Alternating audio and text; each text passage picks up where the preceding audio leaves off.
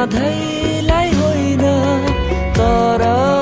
बिछोड सधैँलाई होइन तुरहीको चर्को स्वरमा जीवित भई उठ्नेछ फेरि भेट हुनेछ मृत्यु अन्तिम बिदाई होइन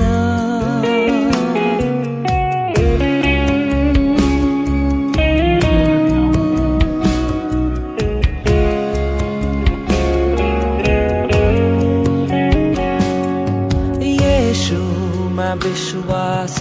गर्नेलाई अनन्त जीवन निश्चित छ येशूमा विश्वास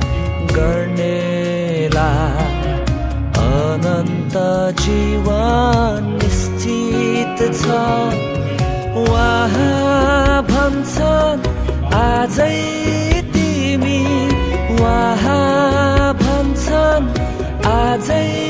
तिमी मसित स्वर्गमा हुनेछौ आनन्दमा हुनेछौ